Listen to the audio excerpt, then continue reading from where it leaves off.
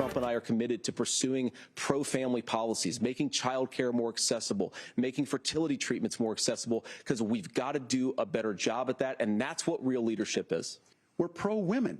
We're pro-freedom to make your own choice. We know what the implications are to not be that.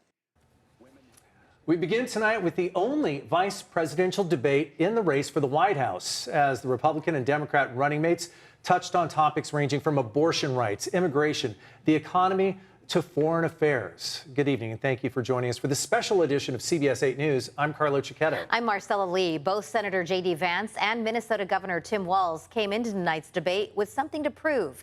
Caroline Cummings kicks off our coverage from New York City.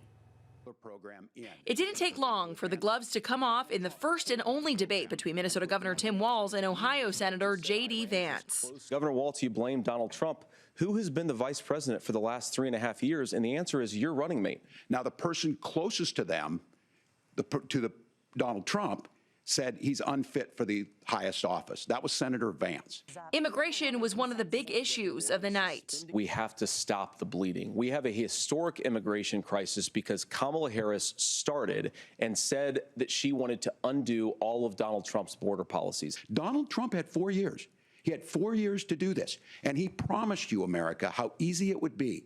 I'll build you a big, beautiful wall, and Mexico will pay for it.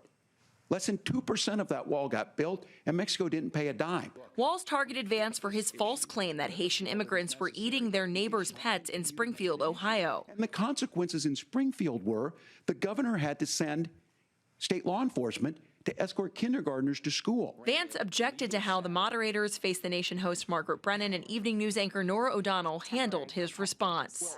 Nora, thank you. Senator, we have so much to get to. Margaret, I think it's important because we're going to turn out of the economy. Thank Margaret, you. The rules were that you guys weren't going to fact check. And since you're fact checking me, I think it's important to say what's actually going on. CBS News then cut both candidates' mics. The debate comes as hundreds of thousands of ballots have already been cast as part of early voting, and some voters hope to learn more tonight about the candidates. I'd like to know more about what their policies are, since I don't really know much about them. There's no rest for the candidates now that their matchup is complete. They'll both head back on the campaign trail tomorrow, hitting more battleground states. Caroline Cummings, CBS News, New York. All right, for more on how well the candidates did and where they may have fallen a little bit short, we bring in our CBS 8 political analyst, Laura Fink. Laura, thanks for joining us. Good to be here. Just ended, want to get into it. What's your initial impression? What hit you most? Well, the number one rule is do no harm, and I thought both candidates did not damage the top of their tickets and were able to come through. Now, they both had distinctly different jobs. You know that J.D. Vance, I mean, he was competing for Mr. Congeniality tonight, right, which all of his past interviews really kind of left a sour taste in voters' mouths. But he really climbed out of that gutter tonight and was quite affable, quite congenial. Tim Walz needed to prove his policy chops, needed to show that he could go toe-to-toe with the Yale grad and hold his own. I think he did that as well. So a wash, a draw, a moment without a lot of negativity, which I think we could all use. It's interesting to me because one thing that the Democrats may take out of this, we've seen so many versions of J.D. Vance over the years, different name changes, different persona, and tonight, a Midwestern nice guy. But did J.D. Vance do more good for himself tonight in his future political aspirations or for Donald Trump? Well, there's no doubt that he did that, but he provided a face for Donald Trump that was more affable, that was kinder, that was empathetic as he talked about issues that are really divisive and that Donald Trump hasn't done well on. Now, do people believe the J.D. Vance version of events or the Trump version of events is what voters will have to wrestle with. Mm-hmm. But he did about as good a job as you can do tonight defending his guy. And remember this, he was an Army press officer, so this is no stranger to understanding the nuances of debate. Yeah, the communication was very strong. What would you say was his strongest moment? What was J.D. Vance's strongest moment? J.D. Vance came in and he was able to talk about gun violence and he was able to talk about abortion through story. Now, that obscures their potential positions, but if you just looked at him and saw him talk about his family, that was powerful. And I think powerful also because it was a surprise, because he's been such a bulldog on the stump for Donald Trump. We really haven't seen, that arrow in his quiver, and he brought it out tonight. Well, we'll see if people follow up, because it seemed like he answered that his family actually moved to Obamacare. That's something they'll have to clear up.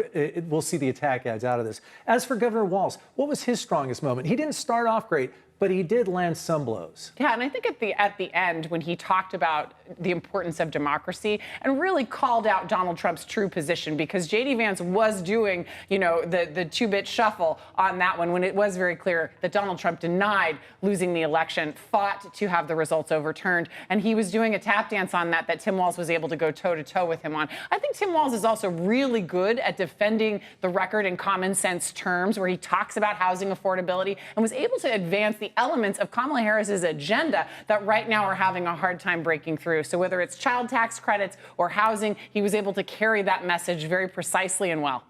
For me, the impression I got, if you were coming into this watching with expectations, you came out thinking a little bit better of J.D. Vance. And with Walz, you came out thinking you had somebody who was really focused on Donald Trump and his record.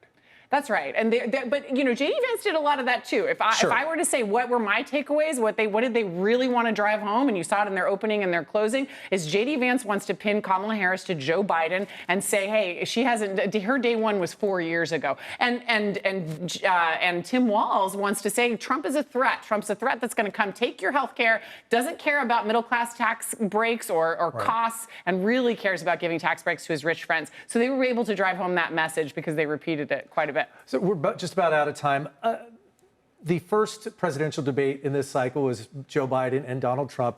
Clear winner and loser with immense ramifications.